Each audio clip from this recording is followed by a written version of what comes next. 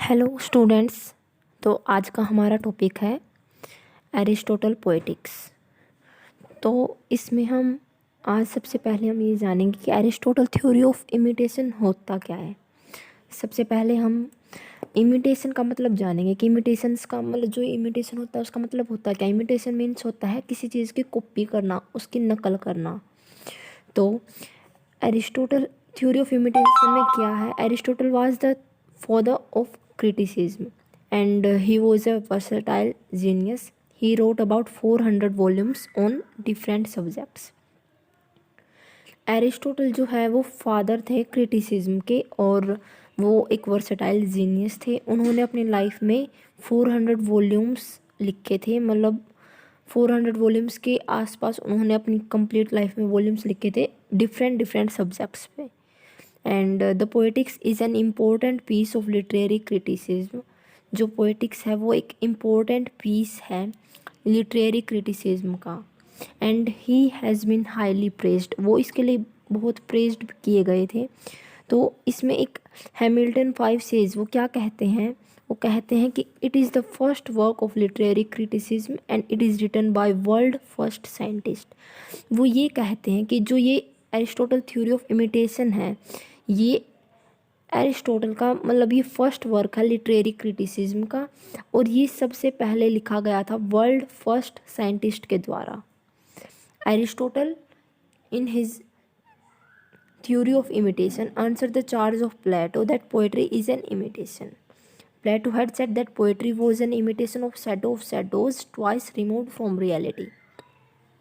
तो एरिस्टोटल क्या कहते हैं कि in this theory of imitation, वो मतलब एरिस्टोटल जो थे वो प्लेटो को अपना मतलब गुरु मानते थे, लेकिन उसके थॉट्स जो थे ना वो प्लेटो से अलग थे। एरिस्टोटल के थॉट्स अलग थे, प्लेटो के थॉट्स अलग थे। क्योंकि in his Republic Plato called poetry the mother of lies. इन्होंने जो प्लेटो थे उन्होंने एक अपनी बुक लिखी थी द रिपब्लिक, उसमें उन्होंने अपने थॉट्स को डिस्कस किया था, और जो ये एरिस्टोटल थे उन्होंने भी अपने थॉट्स को डिस्कस किया था। एरिस्टोटल ने कहा था कि जो ये टर्म है इमिटेशन, ये सिर्फ ये नहीं है कि ये सिर्फ एक मिमिक्री है, ऐसा नहीं है। मेन चीज़ में ऐसा नहीं है कि एरिस्टोटल ये कहते हैं कि भाई वो मिमिक्री नहीं, इसमें ये नहीं है। ना ही तो इमिटेशन एक सिर्फ मिमिक्री है और ना ही इमिटेशन एक सिंपल एक्ट ऑफ कॉपी है। मतलब ये नहीं है कि भाई उसने जो देखा वो डायरेक्ट कॉपी किया, ऐसा नहीं है। एरिस्टोटल के अकॉर्डिंग ये एक एक्ट है इमेजिनेटिव क्रिएशन का, कि भाई वो क्या सोचता है, वो एक क्रिएशन है। ना कि हम ये नहीं कहेंगे कि भाई सीधा को जो उसने देखा डायरेक्ट कॉपी कर दिया, नहीं, वो एक क्रिएशन है। It is true that the poet takes his material from this phenomenal world and make something new out of it. तो इसमें इन्होंने कहा कि ये है, सही बात है भाई ये कि पोएट ने जो भी अपना मटेरियल लिया भाई वो इस वर्ल्ड से लिया है, और उस चीज़ से उस मटेरियल का यूज़ करके उसने कोई नई चीज़ बनाई है। क्योंकि ये एक न्यू क्रिएशन होगी, ऐसा नहीं है भाई उसने जो देखा उसके बारे में डायरेक्ट लिख दिया।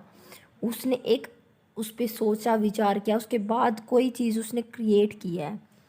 According to Aristotle, imitation does not mean the representation of the appearances, rather it is the concern with deeper reality.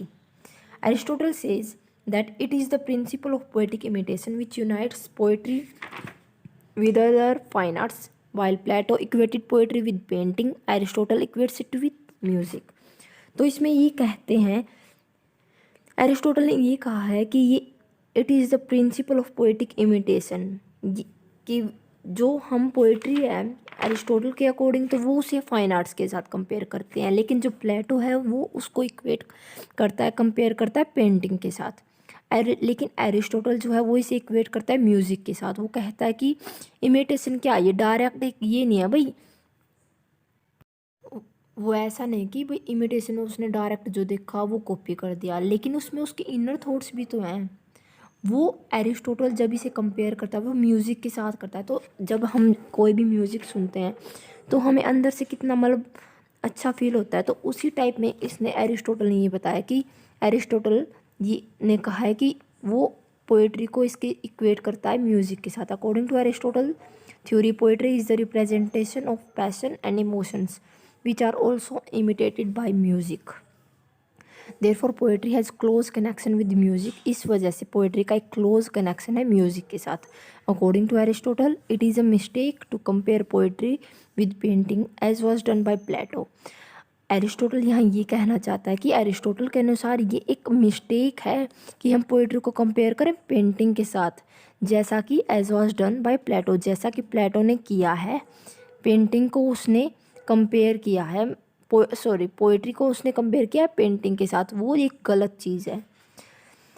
In the very first chapter of Poetics, Aristotle say that epic poetry, tragedy, comedy, music, painting, dance, and sculptures differ from another in three aspects. First is medium of imitation, second is object of imitation, third is the manner or mode of imitation. Thus, the medium of painter and the poet is different. The painter imitates through form and color. तो इसमें ये कहा है कि जो medium of the painter और poet and poet is different. जो medium है पेंटर का वो पोइट का, दोनों का अलग अलग है। पेंटर इमिटेट करता है, नकल करता है थ्रू फॉर्म एंड कलर, लेकिन जो पोइट है the poet imitates through language, rhythm and harmony. लेकिन जो पोइट है वो इमिटेट करता है कैसे? लैंग्वेज से, रिदम से एंड हारमोनी से। The musician imitates through rhythm and harmony. जो म्यूजिशियन है वो इमिटेट करते हैं रिदम एंड हारमोनी से। Thus the different kinds of poetry differs from each other in their manner of imitation. The poet may imitate man as they are, as they were or as they ought to be. The poet may present man either better than in real life and or worse as they are. जो poet है वो represent कैसे करता है? या तो वो ऐसे रिप्रेजेंट करेगा कि रियल लाइफ से मैन को एक अच्छे ढंग से, जैसा वो है उसे अच्छी तरह से वो उसे रिप्रेजेंट करेगा कि वो जिस जैसा है रियल लाइफ में उससे ज़्यादा वो बेटर वे में उसे रिप्रेजेंट कर सकता है। It means that imitation is not mere photographic representation of the surface of the things but it is a creative process. तो उसका मतलब ये है कहने का, इमिटेशन सिर्फ एक ये चीज़ नहीं है कि हमने फोटोग्राफ ली उसको डायरेक्ट कॉपी कर दिया। वो एक फोटोग्राफिक रिप्रेजेंटेशन नहीं है, वो एक क्रिएटिव प्रोसेस है। वो उसे अच्छी तरह से भी डिस्कस कर सकता है। जैसे कोई भी चीज़ है, किसी के बारे में पोइट बता रहा है, वो ऐसा है किसी चीज़ के बारे में बताएगा, वो जैसी वो चीज़ है वो उसे अच्छी तरह भी बता सकता है और वो उससे ज़्यादा बुरी तरीके से भी रिप्रेजेंट कर सकता है। वो उस पर डिपेंड करता है कि वो उस चीज़ को किस वे में देख रहा है। The poet select and order his material and in his way he recreates reality. He brings order out of chaos. He gives us a truth of universal kind. It is not the function of the poet to relate what has happened, but his function is to tell the audience what may happen. इसमें वो ये बताना चाहता है, वो एक universal kind of truth बताएगा। उसमें ये कहेगा कि ऐसा नहीं है। इसमें ये पोएट बताएगा कि it is not the function of the poet to relate what has happened. इसमें ये पोएट बताना चाह रहा है कि पोएट का ये काम नहीं है कि जो हो चुका है उसके बारे में बताए। पोएट का ये फंक्शन नहीं है, बट पोएट का फंक्शन क्या है? ऑडियंस को ये बताना है कि क्या हो सकता है। Therefore poetry is different from history. Poetry presents the universal, history the particular. By the word universal Aristotle signifies how a person of certain nature and type will on a particular occasion speak or act according to the law of probability and necessity. तो इसमें poetry is different. Poetry history से ना बिल्कुल अलग है। History में क्या होता है? हिस्ट्री सिर्फ वही चीज़ बताती है जो हो चुकी है, जो चीज़ हमने देखी है, हमारी बुक्स में है। हिस्ट्री सिर्फ वही चीज़ बताएगी। लेकिन लिटरेचर में क्या होता है? वो लिटरेचर वो चीज़ भी बताएगा जो नहीं हो सकती है। The poet takes a generalized view of things. He represents the universal through the particular. Therefore, like the philosopher, the poet is in search of ultimate reality. This is a universal element in great poetry. In hence, it was a permanent appeal. Therefore, Aristotle equates poetry with philosophy. तो इसमें poet जो एक generalised view लेगा सभी things का, और जैसे कि फिलोसोफर होता है, पोएट भी एक अल्टीमेट रियलिटी की सर्च में है। जैसे फिलोसोफर जो है रियलिटी की खोज में होता है, वैसे ही यहाँ पोएट भी एक अल्टीमेट रियलिटी की खोज में है। Aristotle equates poetry with philosophy. तो यहाँ पर जो एरिस्टोटल है वो इक्वेट करेगा पोएट्री को किसके साथ? फिलोसफी के साथ। The poet transcends the limit of real life without violating the law of human nature.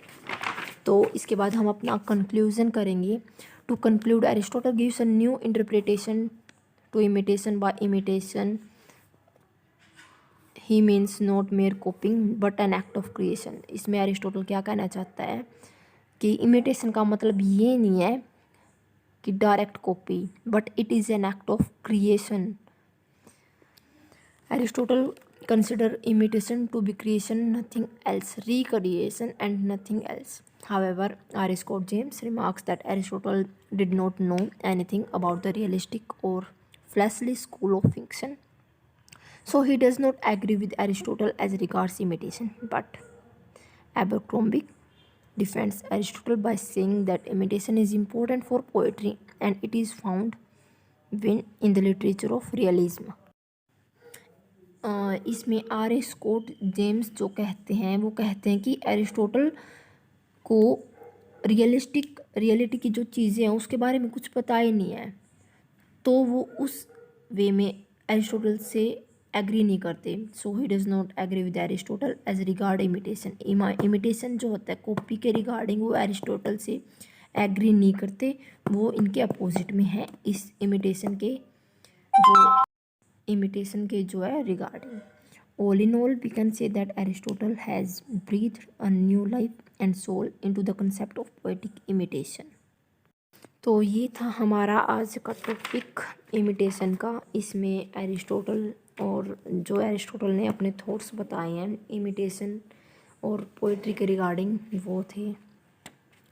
तो इसमें प्लेटो जो उनके गुरु थे वो उनके इस चीज़ में एग्री नहीं करते थे, एरिस्टोटल के थॉट्स प्लेटो के रिगार्डिंग एग्री नहीं करते थे। तो आज का हमारा ये टॉपिक था। अगर आप सभी को हमारी ये वीडियो अच्छी लगी हो तो please like and subscribe our channel. And ये हमारा MA जो 3rd सेम है उसका एक टॉपिक था